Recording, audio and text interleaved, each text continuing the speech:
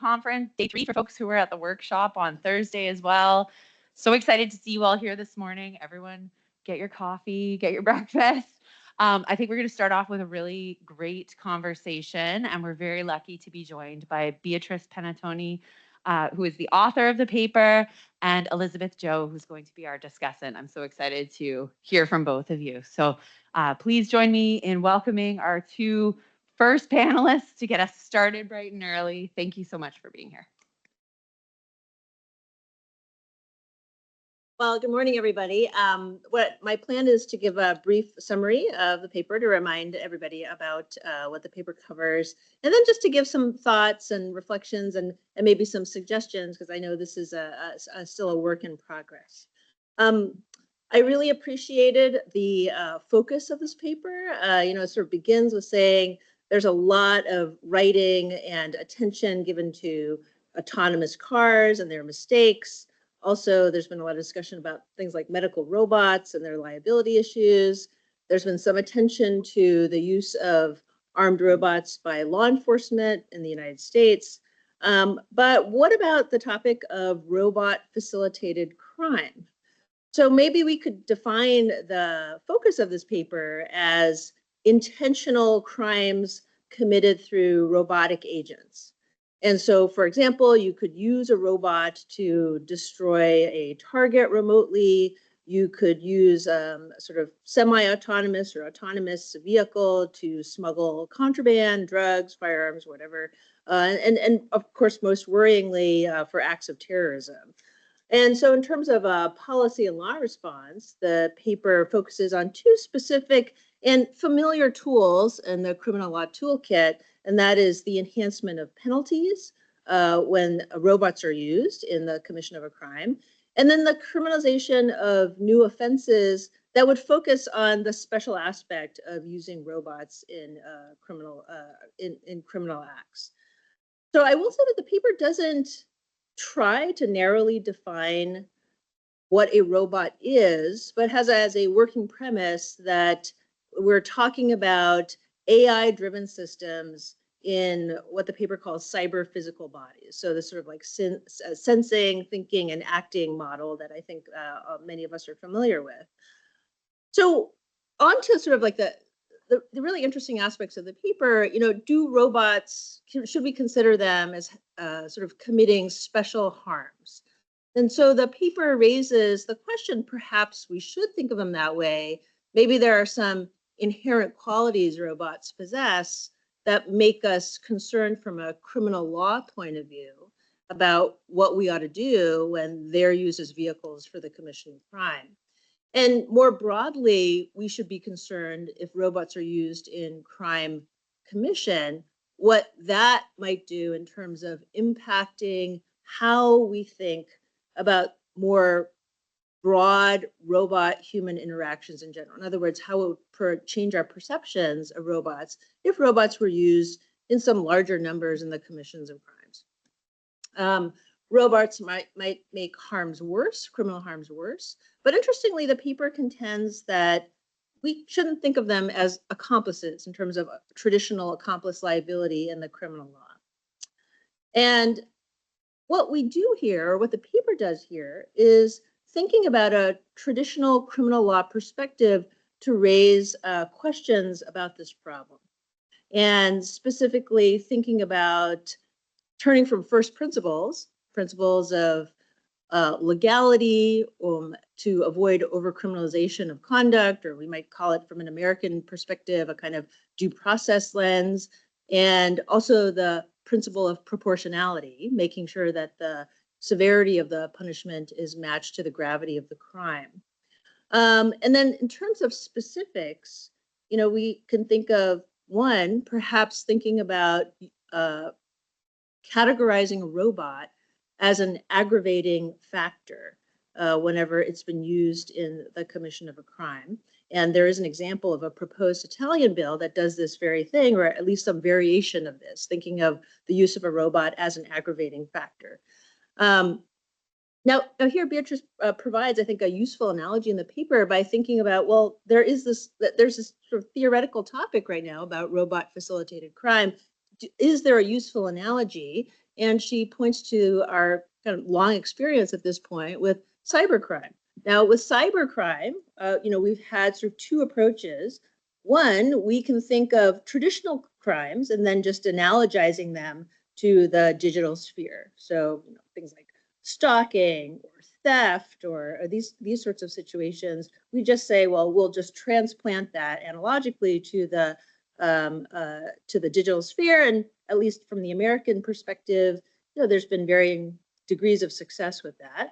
And then we also have some cyber crime specific kinds of substantive offenses, things that are now crimes that weren't before, simply because that means didn't exist until we sort of entered the digital universe.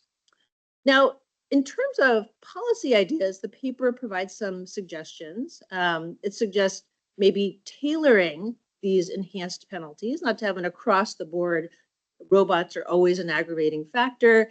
We ought to assess the social impact of crime, which seems, I think it's so funny to me from an American perspective. Yes, that sounds intuitively right. We should always think about the criminal law in terms of social impact. It's just absolutely un-American. In America, we just do it and then figure it out later. But yes, absolutely a good idea. And then maybe we should punish the transformation of lawful robots that are turned into or transformed into criminal robots or for criminal uses. And so to quote from the paper, an example would be misusing a robot's intended function as defined by designers and manufacturers in order to convert it into a weapon. So overall, I think this is a really thought-provoking, a really interesting approach to think about the best way to frame the problem of robot-facilitated crime, with really a focus on trying to be nuanced and thoughtful and to the social context, which I think is absolutely the right approach to take.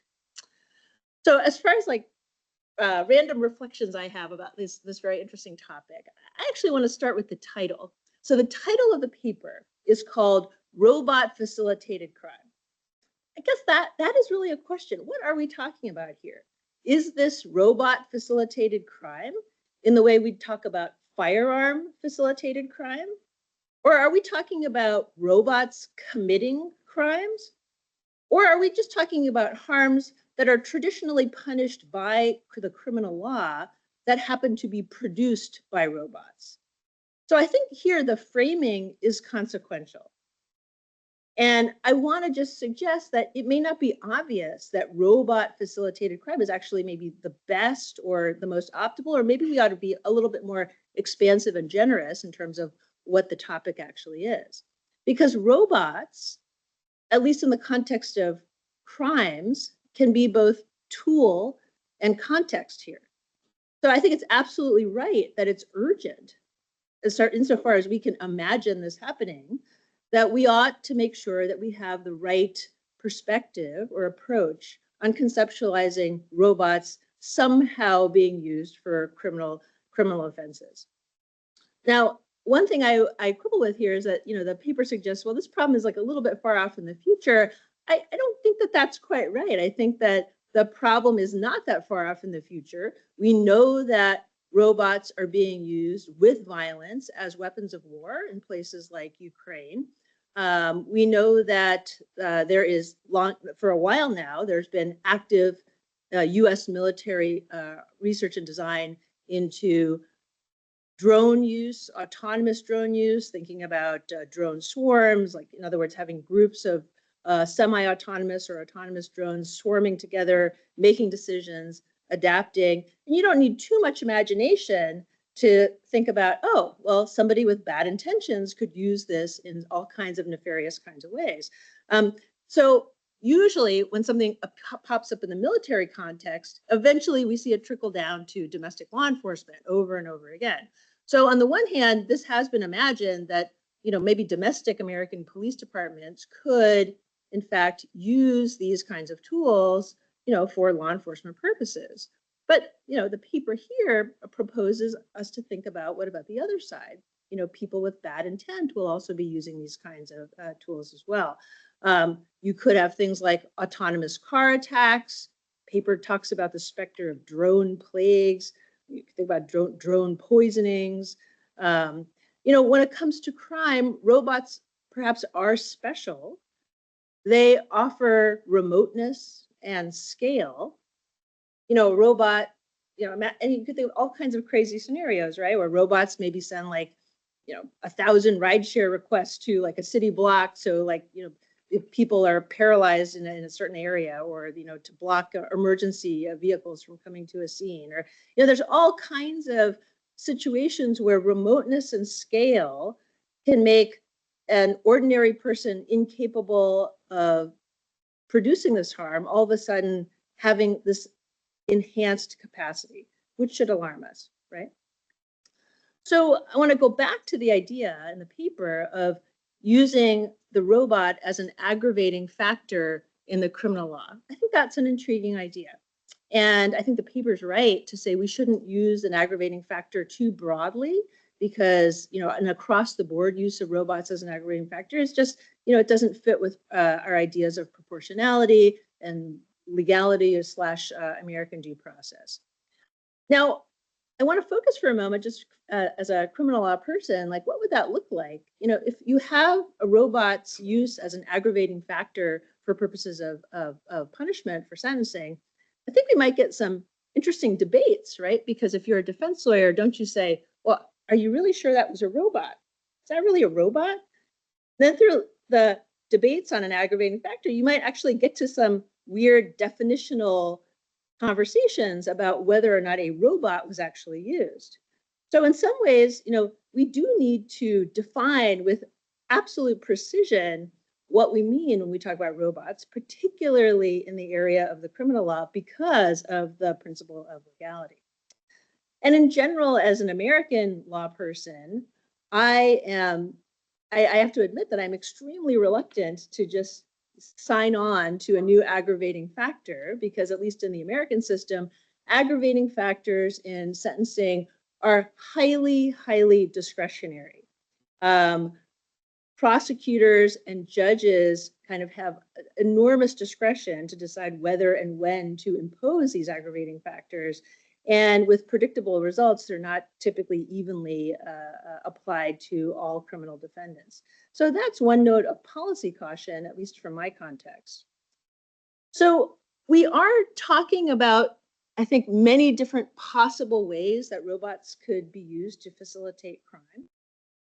So instead of just thinking about one example and one use of the criminal law, I would invite you to actually be a little bit more expansive.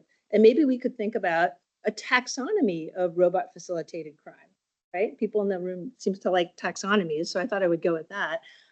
You have robots used as a tool, right? Robots can be used as a tool. For example, in a robbery, you could be thought of as, well, I have a firearm.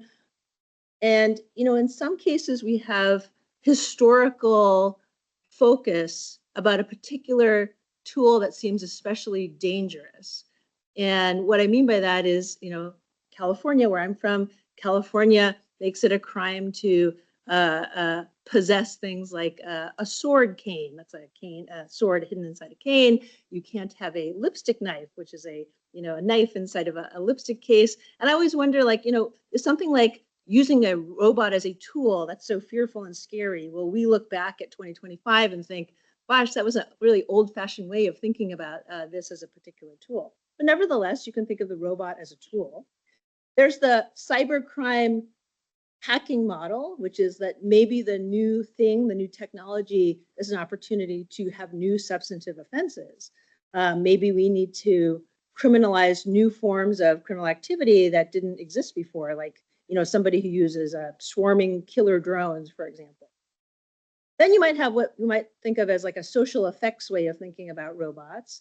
Maybe robots are just going to create more crime in general. Maybe we'll just overall have a greater degree of crime because people just have access to more destructive tools like a robot. And maybe at some point, maybe in the distant future, you could have a situation where maybe the balance of crimes eventually becomes more by means of robot, than directly by human beings. That would also make us think differently, I think, about the criminal law. And then there's the last thing. and that is robots as responsible criminal agents. And here, I think the paper resists this move by saying, well, we can't think of robots as accomplices because they're not moral agents. And I guess I just want to push back on that a little bit by saying, maybe this is an invitation for us to have a different architecture of the criminal law, right? For now, of course, we just think of a robot as a tool. I mean, most of the stuff we see, when we see like the Boston Dynamics robots, some guy pushes a button and the robot does its thing, and then you can turn it off and the robot's dead, right? So in that sense, I want to turn to a sort of favorite example from the criminal law that I have, which is the, maybe some of you know this, it's called the innocent instrumentality doctrine in American criminal law. So the innocent instrumentality doctrine is like, if you use something that looks like it can act and think, but it actually can't under legal principles, then you're ultimately responsible. So when I used to teach criminal law, I would always say things like, let's say you have like a bomb-wielding dolphin, and you like send the dolphin off to explode the bomb, or you give like a 2-year-old a taser and they go tase somebody. Now, under the innocent instrumentality doctrine, we would never say punish the dolphin, punish the toddler, because they're innocent instrumentalities. So right now, I think we conceptualize the Boston Dynamics robot like the toddler or the dolphin, like it's just a dumb tool. Of course, we'd never punish it. But I want to be a little bit contrarian here, because since this is a conference where we think about the future and more increasing degrees of sophistication with autonomous agents, maybe there will be some day in which we think maybe there is some shade of moral responsibility that we can attribute to a robot. So I don't think it's obvious that we can never attribute moral responsibility to robots. And maybe we will no longer be able to say, well, that's purely an innocent instrumentality. So the paper is future looking, and that's good. But maybe we should be future looking and expansive in our thinking. So not just thinking about enhancing penalties or creating new substantive crimes, but even broader questions I would invite you to think about, such as maybe we can have robots be prosecuted or have moral attributes that make them morally responsible.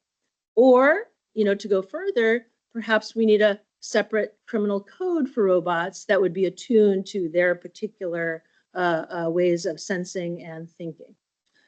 So it feels like the paper, we have it adds a new dimension to our thinking about what robots are going to do in the criminal law sphere, which is wonderful.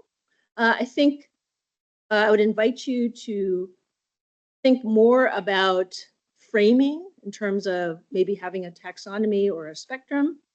And you'll notice in the paper, there is this idea of, well, the robot facilitated crime is something where the robot does the actus reus, right? The action of the criminal law. But there's one term that's missing, and that's mens rea. That's the concept in criminal law of mental state. And that is, I think, maybe the most intriguing part that is implied here. And that is the paper really an invitation to explode the idea of criminal mental state? Maybe in the future, we can say the way we think about mental state doesn't make sense anymore if we have autonomous or semi-autonomous agents that can commit crimes maybe in emergent or unexpected ways. So a wonderful paper, and to invite folks for comments or questions.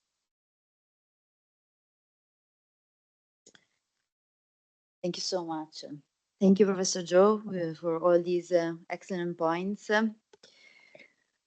I'll try to briefly reply to some of them.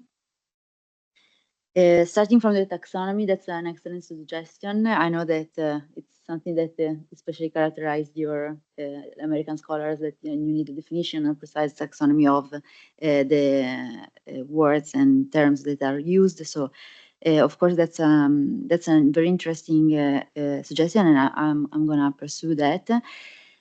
About the taxonomy, I think there are like two approaches that can be followed. One is a normative perspective. So here I think I'm gonna go for like a taxonomy that is normative. So I'm gonna use the example from the cybercrime area because I like this distinction between cyber-enabled crime and cyber-dependent crime, which is on a normative level. So the crimes that we already have, and they can, of course, be committed through also the robot as framing as the robot as a tool. And on the other side, the cyber-dependent crime. So if I have to think about a taxonomy, I think I'm going to go for a normative taxonomy that maybe changes the cyber part with the robotics, contributing the dynamic of the offense. And then within the normative taxonomy, maybe unpack the concrete material dynamic of the crime and see where the robot is as a tool or as a social context. But yeah, that's an excellent suggestion. About the fact that robot as an aggravating factor is not a policy that can be used in a general way. I wanted to stress that the reasoning behind the Italian bill is pretty straightforward. So I think it works because you have a sort of equation when you have enhanced performances. So the robots seen as a force multiplier.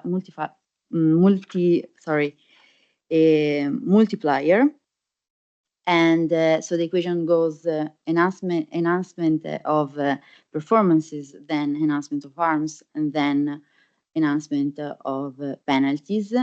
So what I'm trying to do here with the paper is to unpack this equation and to see on a case-by-case basis where it can be actually used. I take your point on the concerns about the discretion of the judges when they have to apply the aggravating circumstances. We have the same problem. It's a little bit different, of course, in civil law countries because we don't have, of course, the same, framework as you have in common law countries. And actually, for us, maybe the problem is a little bit worsened by the fact that the Italian bill doesn't use the word robot, but use the word AI. And in Europe, of course, we said it yesterday, when we use the word AI systems, we need to, of course, refer to the European regulations, so the AI Act. So that means, of course, also AI systems and robotic systems are an example of AI systems. So it's actually broader than it should be. So yeah, that's also an excellent point. I will have to look into. And finally, I wanted to just two more replies. It's not a problem that is not so far away, and I agree. I have a self-critic here because I think I'm gonna add a reflection about like the armed robots used by the police, because I saw that here in America is a problem that's closer. So I mean, maybe a paragraph or a part of the paper that focus on specific on that problem, even though it's not like the same thing as, of course, a criminal agent that use the robots to commit a crime. I think there is a connection that might be useful to unpack because it's closest, of course, to our problems today. And also because if we want to connect the proposal of introduce new crime, such as weaponization, that's of course a conflict there, because someone might say weaponization, yeah, maybe that's a good idea in terms of criminal policy, but we need to be careful because maybe we want to use that kind of robots we want to make it available to law enforcement authorities. So that would be an exception to the crime, and maybe crumble the credibility of the crime. And I'm not so sure that would be like a good way to go, like to frame a crime of weaponization and allow an exception for police to use that kind of artifacts. So I'm gonna maybe look more into that. And finally, about the challenge about robots as responsible criminal agents. I purposely left it out from the paper because, yeah, it's a really complicated issue. Actually, most of the scholars in Europe are focusing on that, to be honest. They started looking and studying robotics and criminal law exactly on this issue when there are no human agents who acted with intent. So in case a crime is committed, for instance, manslaughter or physical injury due to a negligent conduct, who is to blame? So that's the first question that criminal law scholars in Europe actually try to assess and evaluate. I'm not so sure that, yeah, as I said in the paper, I don't think that right now is a good policy in terms of deterrence and in terms of the principle of culpability, because we're going to lose so much of, the core principles of criminal law.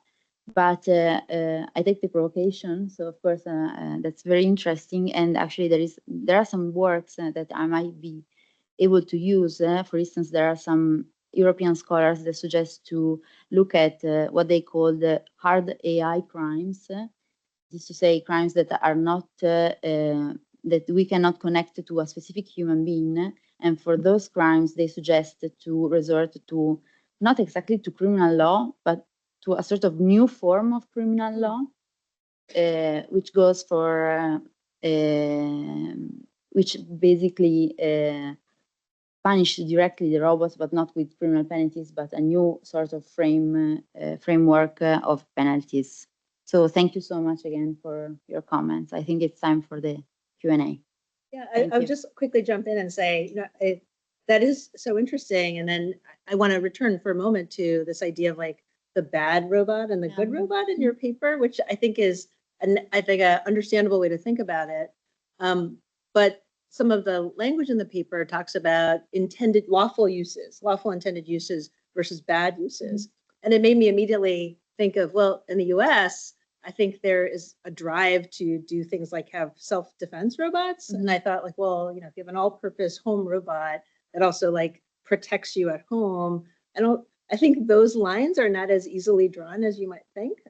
So, I mean, it's a different case, of course, in the EU, but I think in the American context, lawful good and like unlawful bad weaponized is, I don't think that there's as clear of a division there. So we'll see how that develops in the US. I cannot, can I respond? No. Of course. Okay. I have time to, okay. Yes, actually, I think that's the contribution that criminal law can bring to the debate, because here we are not talking about robots that are too risky. And then, of course, we want to, basically draw the line between what is a risk that is not allowed and a risk that is allowed. But we are talking about, as you said, bad robots. So not just too risky, but some applications that we don't want to have. So that's like a completely different, I think, scenario in terms of the moral force of criminal law that we might be able to use to our advantages as a society. So that's the provocation there. Hi, Peter Acero, The New School. Great paper, great commentary. So many thoughts. Try to narrow it down. It seems there's sort of maybe three different categories of things that I'm thinking about. So one is the weaponization portion of that. There's also something to look at as the state legislature of Massachusetts has a bill that criminalizes the weaponization, but also has an aggravating additional penalty if you use a weaponized robot in the commission of a felony. I think it's a misdemeanor to arm it, and then it's an additional penalty to if it's used in a felony. So that's something to look at. And it's clear, like, the other examples that you're looking at are like, the sword and things like, so you can kind of look at the robot as a weapon, and that's sort of one feature is the threat of violence or the commission of violence as sort of the crime of interest. But I think another important way to think about this is like fraud versus wire fraud, right? That you have a sort of a normal crime that would be done with a human body, but now you're doing it with a robot. and that gives you distance and, telepresence or something, or automation or whatever. And sort of the goal there is to avoid enforcement, either like being seen committing the crime or making it very difficult to identify who's actually committing it. And so does that, and I don't know enough about criminal law to know if the level of deception sort of changes the nature of it. It certainly does in fraud versus wire fraud, which also addresses issues of like crossing jurisdictional boundaries and things like that. But that could be a question of whether, you've committed robot crime because you have to reach some level of using a robot to sort of thwart people knowing who you are or something like that. So maybe that's another way to kind of look at it. And then I guess in the terms of this question of like, should we hold the robots responsible or think about them as agents in some sense who are liable? And I think I'm thinking also of Kate's comment yesterday about the family law, which is, well, you're not having a relationship with a chatbot, you're having a relationship with a corporation.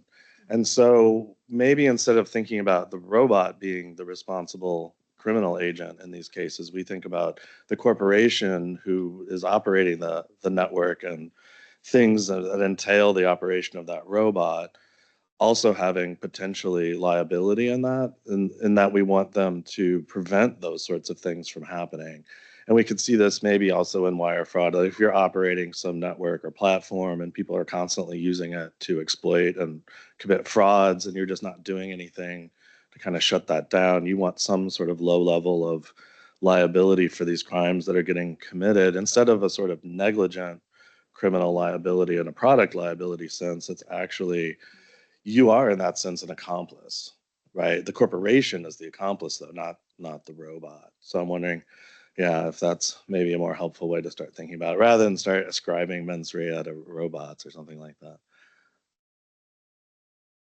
Okay. Thank you. Thank you for also these excellent comments. About the state legislation, I discovered it too late, unfortunately, so I wasn't able to put it in the paper. I saw also there is a bill in California that was vetoed actually by the governor that tried to introduce a new crime of weaponization of robots, with the exception of armed robots used by the police. So I'm gonna for sure use these as references to maybe see if Europe can, because there's no such things in Europe, in all the states of the European Union. I didn't find any proposals as to criminalize the weaponization of robots, so maybe that could be interesting for us. And about the distance, that of course enhance the harm there, because it's more difficult to persecute and to find the criminal agents behind it, is the same logic that was behind the the cybercrime legislation. So basically, when not the computer crime, so the first, but the second wave, when the internet, of course, was open to the public. And the same logic is there, because of course it was possible to commit crimes from distance and with anonymity and everything. So that basically pushed the legislators to create new crimes and of course use the information and the communication technologies as an aggravating factor. So I think we have the same reasoning here. So the distance is one of the elements that helps contribute, helps to keep the reasoning of the equation that I described before sound. And the third point is actually one of the conclusion that the European debate I was referring before is highlighting right now. So we have basically two groups of scholars.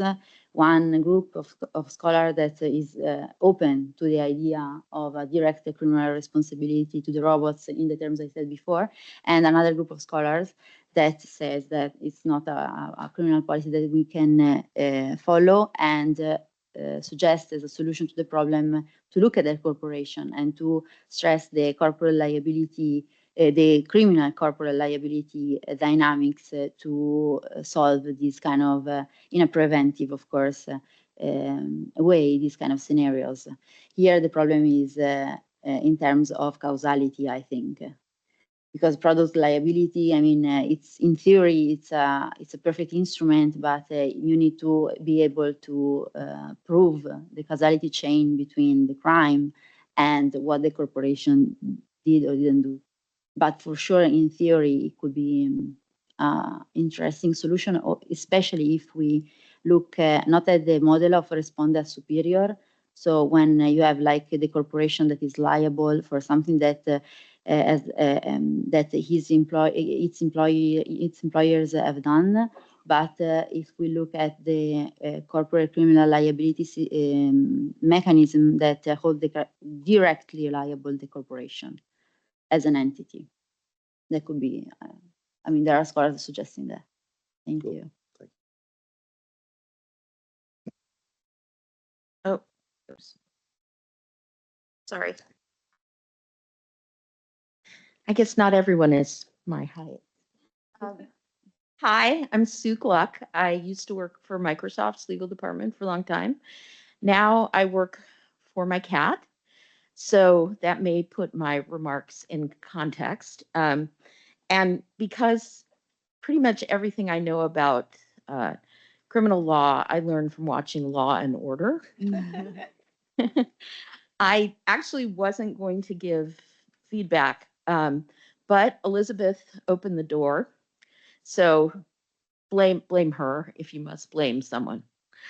When reading the paper, reading the paper, I too had that thought that you should be thinking more about the future and the future capabilities of robots.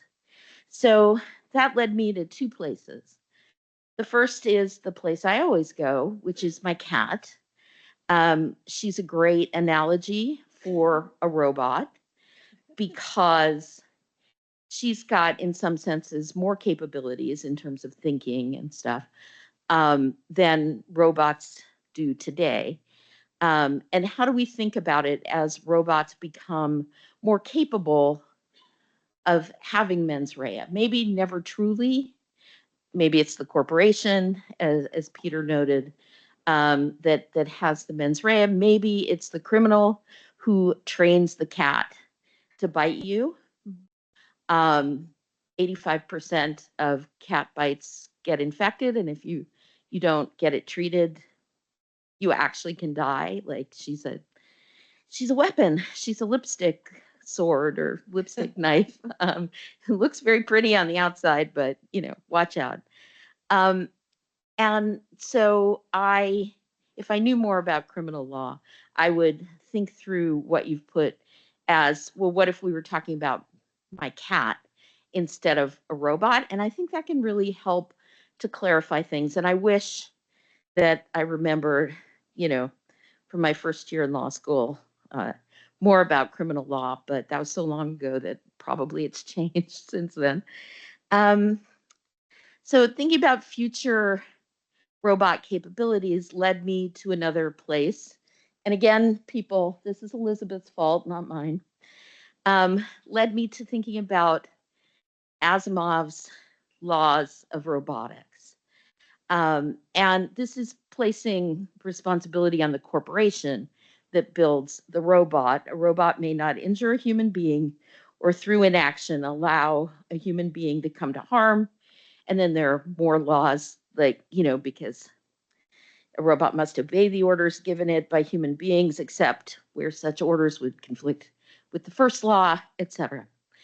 And I think you have to think about the future robots and their capabilities and who would be responsible. Is it the corporation? Is it an intervening entity that, sort of violates the end user license agreement and upgrades in the same way that taking a gun from being a semi-automatic rifle to a fully automatic rifle changes things. But I don't know. I do think thinking more about the future, but I really like the paper. I thought you did a great job. I just think you can go a little further. That's basically my feedback. Thank you. Can I just jump in? Your example of cats made me think of another way that you could approach your paper, and that is you've thought about aggravating factors in criminal law and new substantive crimes. Cats make me think of dogs. And in the UK, private individuals can have dogs, except you can't have the brand, the Bully XL, or not the species or whatever, because it's considered so deadly and dangerous that it's an offense simply to possess that dog. So that might be an analogy for certain kinds of deadly robots, but that you could have a possession crime as well. Mm-hmm. Anyway, sorry. No, that's a great suggestion. Thank you. Thank you so much. Oh. Hi, my name is Cynthia Koo. I'm a tech and human rights lawyer and a senior fellow at the Citizen Lab at the University of Toronto. So just to caveat, I was late for this panel and I just got in, but I read the paper. And so if anything's redundant already covered, just ignore that. But I just wanted to mention on the off chance. So this was such an interesting paper. It touched on so many things I've been thinking about. I think I have a few, I guess, suggestions. Then if you want to treat them as questions to respond to, then obviously welcome to. Okay, so the first is that with the definition of robot facilitated crime, I think you risked undermining yourself by not defining robot facilitated crime because the so much of people claiming to say this is different because of tech starts with defining why it's different, why tech makes it different. And so I think I understand why you did that, but maybe instead of saying I'm going to write this whole paper about this one category of thing, but not actually define what that category of thing is. You could say, this is my definition for the purposes of this paper, and I'm not purporting for it to be like the universal definition that everyone should use. But I think that would just like put it on firmer grounding from the start. The second is that you kind of, it's supposed to be a robot facilitated crime, but you kind of jump between AI and robots. So with deepfakes, for example, that's not robots. And there's already a lot of scholarship on deepfakes and like whether that should be treated as crime. I think if Susie's in the room, you should definitely talk to her about that. And so I think some clarity there, like maybe we've been talking about taxonomies a lot. So maybe you want to start with the taxonomy of like AI facilitated crime versus robot facilitated crime. And then I think you might also benefit, if you haven't already, by just consulting some of the tech-facilitated gender violence scholarship, because that's, again, decades of people struggling to define tech-facilitated harms. But although we haven't started from the perspective of crime, we've started with harms and then decide, is it a crime or is it a tort or should it be addressed another way? So I think it's, again, looking at how does technology change or not change a particular harm or harmful action, and then how should that influence the law? Another thing I was thinking, I think someone already mentioned, is that how does this differ from, for example, like robbery versus robbery with a gun, and how the criminal law addresses that, and could that not just be a kind of transferred over? The next thought I had is that it also seems worth looking to how the U.S. Computer Fraud and Abuse Act has treated crime, because again, one of the thoughts I had was how is this different from somebody, if you're looking at AI, how is this different from someone releasing a virus and then that like went through the banking system or something? Then the next thought was, okay, so there's a lot of talk about crime and punishment. And I think just thinking about the techno-fascism panel we had on the first day and how the criminal system is being used to facilitate massive abuses, and from a human rights and civil liberties perspective, it seems like, if anything, the push has been to kind of move away from crime and punishment, from the carceral system, because it's been disproportionately used as a tool of oppression more than anything else. And so how does this, so I think it'd be interesting to see you address, because this seems to be calling for more criminalization and more punishment, but do these things really work?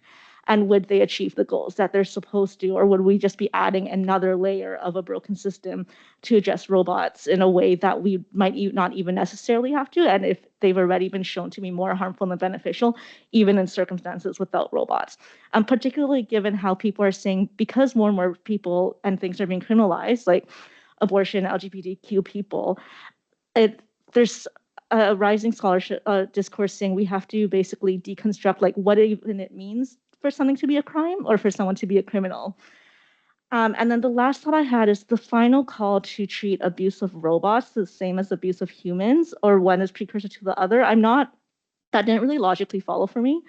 And I think it's potentially really dangerous because robots are property and owned by a corporation, and people are humans. And so I don't think you can equate the two. And I think it's so dangerous. So, for example, like abuse of autonomous weapons used to kill people abroad cannot be equated to the killing of those people abroad. And so I don't know if that just needs to be refined a little bit or even potentially dropped. So yeah, those are my thoughts. Thank you. Thank you so much. I'm gonna go very quick because I wanna listen to all your comments. The taxonomy was the first suggestion that Professor Joe gave me, so of course I'm gonna do that. The deep fake was actually an example to see how these kind of policies are being elaborated in the cyber space realm, and then maybe we can use them as a reference to think about robot facilitated crime. How the harm changes with robots for sure is one of the focus of the paper. I tried to just do it on one specific arm, which is physical arm. Maybe the taxonomy will help me, consider more arms that can be related to robotic facilitated crime. But in the paper, I just focus on that specific arm and try to explain how can be enhanced by the involvement of robots. And finally, and that's a very important point that I just briefly wrote something about that in the conclusion, but it needs developing for sure, is the integrated methodology to find a solution to these kind of problems, which basically requires criminal measures and not criminal measures, and the need that they can have to work together. So one of the most important principles in criminal law is the ultima ratio principle. So it's like the last resort that the legal system can use to solve some specific social problems. So I will for sure try to see how compliance programs and due diligence obligations to corporations can be integrated in the preventing of these kind of crimes. Thank you. Okay. Hi, Jesse Wu, technologist and policy counsel at the Policing Project at NYU Law School. So we just recently released a framework on police use of robotics, and so check our website. And we like sort of throughout that process of drafting and revising, we're kind of constantly asking ourselves, like, what is it about robots that, or police use of this robot that warrants additional analysis or framework or new law, and we ended up kind of narrowing things down a lot, like through that process. And so that was a kind of question that I was kind of coming back to a lot throughout this paper. And I feel like in addition to maybe more definition, like establishing that early on in the paper, I think is going to help you a lot. And others have mentioned, right, it's remoteness, it's scale, but I think there's also something about like if these tools, robots are deployed as widely as the companies that make them want them to be, like the idea is that they will become essentially infrastructure, right? They'll sort of integrate themselves into our lives, and we won't really notice them, but we'll have these kind of AOT or IoT devices that are susceptible to hacking and all these other vulnerabilities, and it will like really increase the attack surface in our lives. So there's something there, like something about kind of infrastructure-ness that I think is going to be important eventually. And that sort of leads me to my second point, which is that people have talked about you have to think about the moral agency or how you're going to treat these robots as they develop in the future. And I think maybe splitting the work a bit into here's what they can do now, or in the near future, the kind of you can sort of infer out their capabilities a little bit, and here's where they might go. And if once they have these capabilities, what are the implications for that? And then also just very quickly, in addition to the California bill and the Massachusetts bill, there's a bill in New York right now that is on weaponization. And so that's something else to look at. And we've done work on this, so happy to talk offline about that. Yeah, thank you. I'll definitely come looking for you.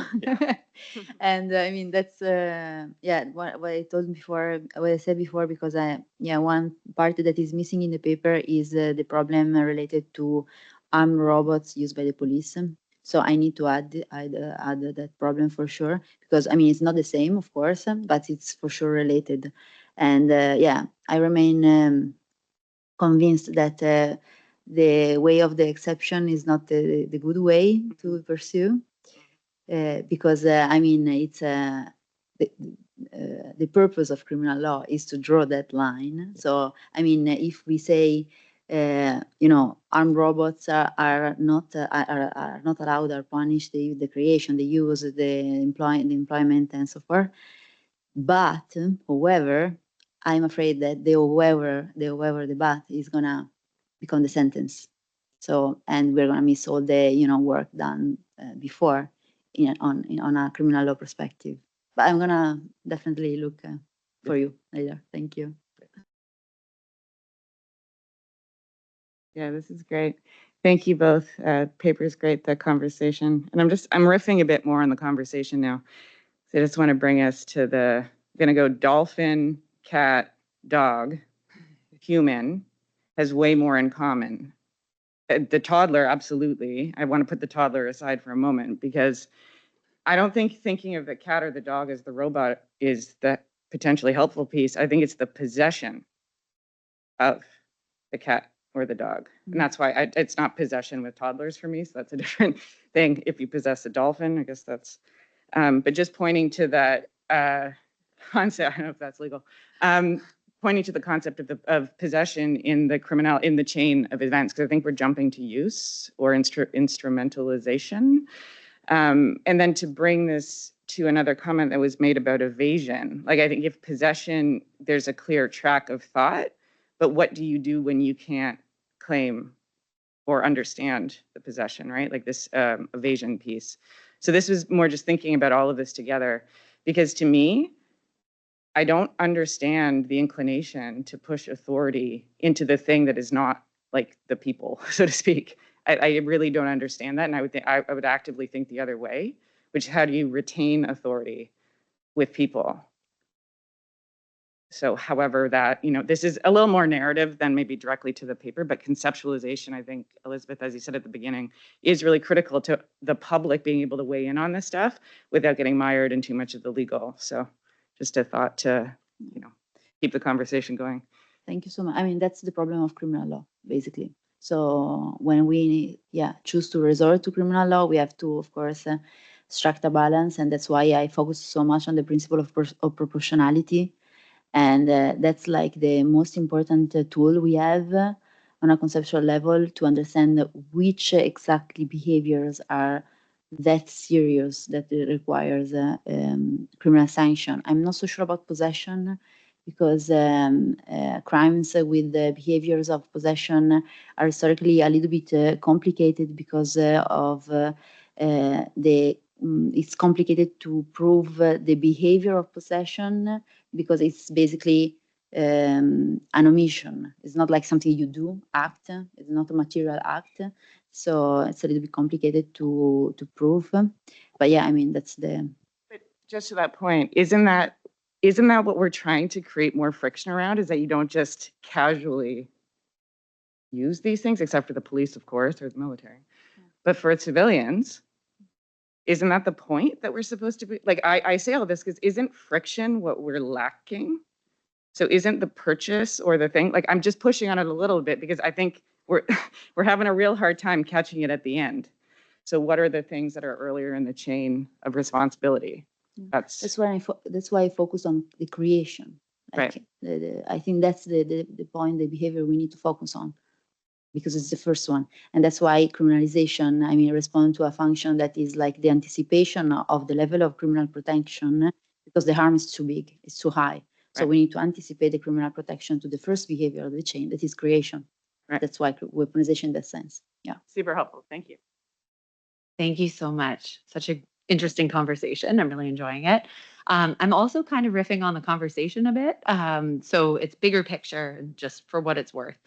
But I mean, the idea of toying around maybe with the mens rea requirement in criminal law and thinking ahead to the future just has me thinking about how, like, when you're looking ahead and thinking about building a future, you really have a lot more opportunity for spacious thinking about what is it we're doing here and why. And I think an abolitionist critique, for example, of the criminal system that's founded around punishment would critique that system, at least in part, because it creates more harm. So rather than the system being driven by an idea of harm reduction, like we want less harm in society, it's driven around more of a theory of justice equals punishment. And so we actually can cause more harm by removing someone from their family.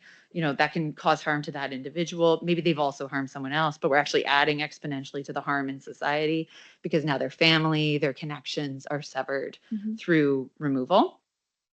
And so it just has me thinking about, is what we want to be thinking about here an overall reduction in harm, or is it an approach to punishment that ensures the right people are getting punished or more people are getting punished? And when we start to toy with the idea of mens rea, I think we can really dig into that question of, should this actually be premised around reducing overall harm? And what does that mean for how people get caught up in this system? Because when the criminal system is based on state decisions about what is punishable, I actually think the bulldog example is so helpful here. As a mommy to a bully breed dog myself formerly, there's a great book I can't remember the name of right now on the history of pit bull bans and basically the racist history of pit bull bans and how pit bulls came to be criminally sanctioned because of the racial associations with who owns that breed of dog. And I think that can expand into what you're looking at here, which is what are the ways in which this criminal system will be structured to actually alleviate harm, or is it actually structured in a way that's just going to allow for more discretion to harm particular communities? And just, I mean, this, whatever, take this or leave it. But as you were talking, and Elizabeth, as you pointed out, like what robots do, which is add this remoteness and scale, it had me thinking about how, like, is the prison industrial complex a robot in that definition? It can allow for an extreme expansion of harm, remote from those making the decisions about how that happens at an enormous scale. And so when we're thinking about scale and remoteness of harm, is criminal punishment the approach that we want to take? And I think more so I'm saying, like, why, or can we imagine something different, since we're looking into how do we build the future in this wild context? So I just leave that for what it's worth. Thank you so much, you. Kristen. Yeah, these are all like core problems for criminal law, so it's really complicated for me to answer. I mean, it's the inner contradiction of criminal law, the balance between security and liberty. So, I mean, it's a really complicated balance to strike. And again, let me go back to purpose, because I mean, it's a necessary evil, we say, criminal law. It is a evil, of course, we all know that, but it's necessary somehow. The difference stays in the how, in the methodology, in the technicality of the categories used to build the criminal justice system and the categories that we use to frame the criminal offenses. And that's why so let me just very, very briefly on the proportionality principle, because I think that as a methodological tool that can be used to, strike a proper balance between these different, instances. The civil law country traditions is helpful here, because we don't, the proportionality basically one of the most important thing is to frame the relata of the proportionality. So the punishment has to be proportionate to what? And it has to be proportionate to a lot of things, but it's so important to stress what is the first one, the first argument that justify the punishment. And civil law countries, the first argument does not stay in the condemnation of the blameworthiness of the conduct, which might raise all your concerns, but it stays on the constitutional interests that needs protecting. So the first argument to justify punishment is not condemnation, but it's protection in an integrated, although, way with non-criminal measures. And I'm going back with the, we need to dialogue with other, of course, branches of the law. But yeah, I mean, it's complicated. Maybe you can have them. Yeah, for sure. Hi, my name is Jiahai Fan. I'm working for the automotive industry. And in the industry, there is a big issue about the autonomous vehicle, self-driving vehicle. So basically, the argument is that during an accident, who should be responsible? The company that developed the self-driving technology or the driver? So in my home country, China, some people claim that the company should take the responsibility, but other people claim that the driver should take the responsibility. But I think the government agency that allow those technologies should also take the responsibility. So I know Dr. Joe is from the US and Dr. Panatoni is from Italy. So I want to know how the European countries and America is dealing with this issue. So yeah, that's a little bit different from the approach that I choose to follow in the paper, because I wanted to focus intentionally on intentional harm, because yeah, the area of negligent conducts and all the incidents that can lead to manslaughter or personal or physical injury due to a negligence conduct are very different scenario. And to that, I can briefly answer and say, I don't think criminal law is the answer to those specific cases. So I think we need to put criminal law aside when there is unintentional harm and look at tort law or administrative, sanctions for the corporation. But we need to keep criminal law as far away as possible to, unintentional harm scenarios. Okay. Yeah. And I'm happy to chat with you later. I know that we're at time. But thank you so much for this wonderful Thank paper. you. Thank you.